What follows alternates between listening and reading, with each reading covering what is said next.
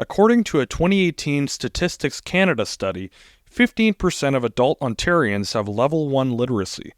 This means that they have trouble reading basic words and also have difficulty participating in day-to-day activities that require any reading. 32% of adult Ontarians are at level 2 literacy level, which is only marginally better. Furthermore, literacy scores of Canadian students dropped by 13 points from 2018 to 2022, and 31% of grade 3 students did not meet the provincial writing standard according to the respective EQAO assessment. But what's causing this sudden decline in a literary epidemic? I talked to 3 separate sources, each with a unique and distinct perspective on the topic. I asked them about their experience, what they think is causing the problem, and how we can stop the decline. First, I spoke to Paulette Layton, an English tutor in the Hamilton area. She spoke about her experience helping youth with reading and writing, and what she thinks is behind the difficult challenges that kids are facing. It's, I think, going to be brought back in, but kids learning to read got told, teachers were told no more phonics, memorize words. Right. And if you're not good at memorizing them or you're forgetful, you won't remember what a word is. It's sight reading. But you know, with phonics, at least you have a system where you're on your own. You can figure out how a word will be pronounced, how to look it up in the dictionary. It's so bad now that I've even had teachers send me their teenagers because they're going into university. I had one teacher go, I hate to say it, she said, I'm their mother, they don't listen to me. I'm not the right person to teach them. But she said, they're not going to get through university, they can't write a decent essay. And she was right. These kids could not, and they were in high school. They were going to graduate soon and go to university. And in one, summer break, I'm supposed to bring them up to being writing. I got them up to probably a grade 8 level. That's probably what I did, which was far above where they were. There's people have started it as a business because it's lucrative, because so many kids are being sent to tutoring. Many kids that I taught, I remember a grade 4 class, half of them went to math and English tutoring after school, every day. Yeah. After they had a whole day at school, Yeah. Next, I talked to Sasha Archer, a parent of 2 daughters in the Halton District School Board. He spoke about the ways in which he has encouraged his kids to read and what he thinks the joys of reading provides to youth. It started, before school. We have read to them every night, basically of their lives.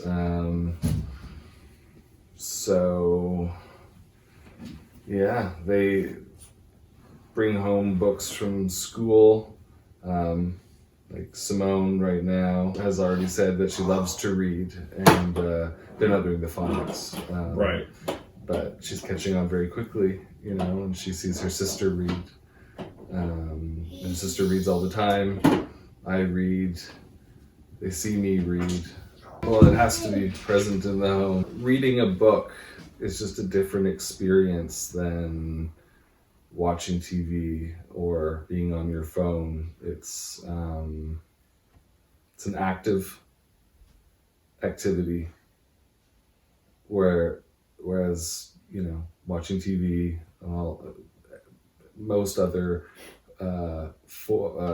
ways of consuming media is passive. You don't do anything, you just let it wash over you. You have to read words actively, and it's a very different experience. It gets your brain moving and working. You'll drift off while you read. Finally, I spoke to Madison Warren, who is currently serving as the interim manager of the education department at Neighbor to Neighbor. She spoke about the organization's reading program and how it helps foster an environment where reading is fun and enjoyable for kids. So our program is designed to help students primarily in grades 1 to 4, and this year we added students in grade 5 and 6 to improve their reading levels, as well as fostering a love for reading. Reading levels aren't everything. Students are going to be way more interested in learning if they think it's fun and it's something that they love doing. So that's our first priority, is making it a fun space to be in. We want our students to want to go and read with our volunteers twice a week. We don't want them to just like, when our volunteers knock on the door and are like, go to take a student to do their 20-minute session, we don't want them to be like dragging their feet and not want to go. And that's kind of what happens when you're just focusing on scores. We want them to come in and feel good about themselves. Success is kind of measured in all kinds of different ways, and for us, we really just want to increase the children's self-confidence, which we do through that one-to-one reading support with volunteers. A lot of our students are just from the Hamilton Mountain, and there's a lot of socioeconomic reasons why students might need to come to us. I was talking a little bit on the last question, where I was saying that they just might not have the support at home. That could be because parents or guardians are working. It could be because of language barriers. They don't have the support or resources at home. They might not have money for books. There's all sorts of reasons why students might come to us. For some students, reading just doesn't click, and there's like nothing wrong at home, and there's nothing going on, but they just need someone and that focus time twice a week to just sit down and really dedicate that time to learning to read. Also, the pandemic had a huge impact on reading for students because they weren't getting the like in-person reading instruction from teachers. Virtual learning made it really challenging for kids to be successful at reading, and so we're still continuing to see those impacts in students as they move forward. So students who missed grade 1 and 2, maybe that was virtual and are now in grade 4, they're still trying to play catch up.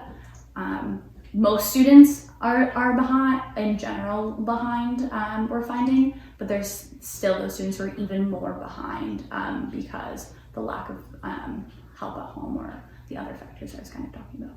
Yeah, so all those, like when I was in school, I remember the reading programs where you would take your level book home every night and you'd get it signed by someone saying they sat and they read the book with you. For almost 2 years, that kids didn't have access to that program necessarily. They were really relying on the resources they had at home or virtual resources, and sometimes it can be hard to read or be motivated to find the right book or find what to read online, where when they're in schools, like teachers are able to give them and find materials that kind of work for their reading level. Because if a student's trying to read a book that's way too hard for them, then they're going to lose that confidence because they just aren't there yet. Schools really appreciate our program and they love our program and they always want our program to come back because they are seeing the impact on their students. In our impact report, 100% of teachers said that they saw a change in their students who were in our program. So obviously, if that support was available to everyone, people would want to take more advantage. So we really put an emphasis on the building self-confidence, the practice, developing a positive attitude towards learning, which I think all are things that do translate to when it comes to teaching literacy. Yeah, so we do use a lot of fun, like we really are always encouraging students to use letter sounds and sounding words out.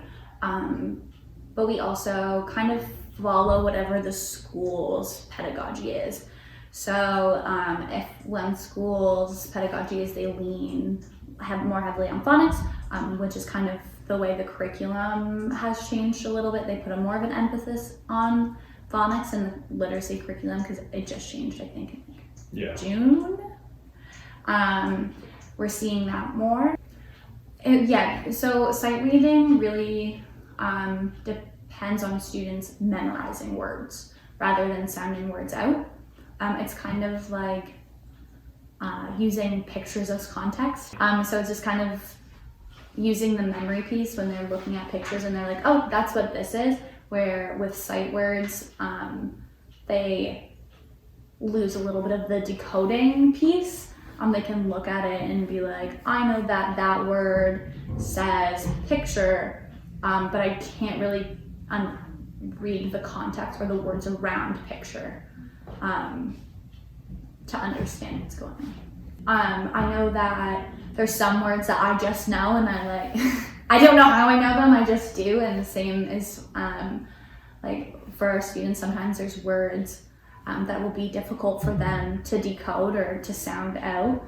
So then it becomes kind of that sight word, something they've just memorized. But phonics is really important when it comes to like reading in general. So they're able to kind of sound out more words and use those letter sounds and letter combinations to kind of mix and match and make things make sense. What these interviews showcase is that literacy is not only important, it is vital in the development of kids.